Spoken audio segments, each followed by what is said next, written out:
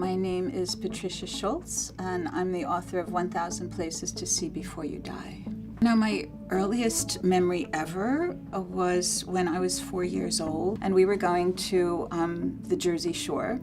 Nothing exotic, but it was my first realization that there was an entire world out there, and it was very exciting. When everybody else was, kind of going off to internships and graduate programs, I grabbed my passport and headed to Europe, and the rest is history.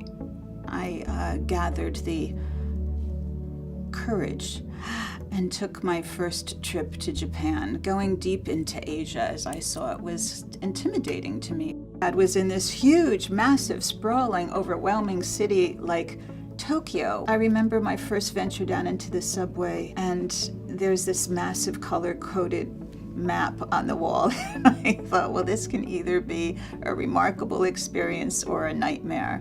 And suddenly I was surrounded by high school kids, and they were anxious to help.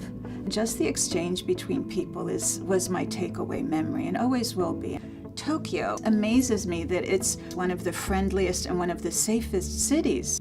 It's an experience. Of course, Tokyo and the various things that it offers, the museums and the sumo and the parks, Kyoto with all of its shrines and temples and the gardens that surround them, and the different festivals. And also I included Takayama, with those magnificent, beautiful centuries-old wooden structures, and also Kanazawa. I think Americans don't know much beyond Tokyo and the famous Shinkansen bullet train to Kyoto and then call it a day and go home. The food in and of itself is reason to get on a plane. This idea of Japan and the $250 hamburger being too expensive to eat, we had the most remarkable meal for about $5 each. The temples, the shrines, the gardens, cherry blossom, I mean, it's all astonishingly beautiful. But I think the people are its national treasure.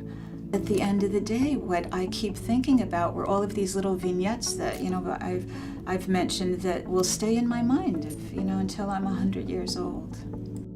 Travel opens our minds so much, and it opens, I think, our horizons. And it's, I think, fundamentally the reason why we should travel.